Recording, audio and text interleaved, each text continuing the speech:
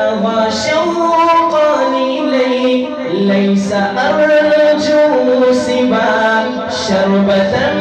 من يدي الصلاة عليه والسلام عليه السماء التقى وأتى بالنقاء وغدا وجهه نيرا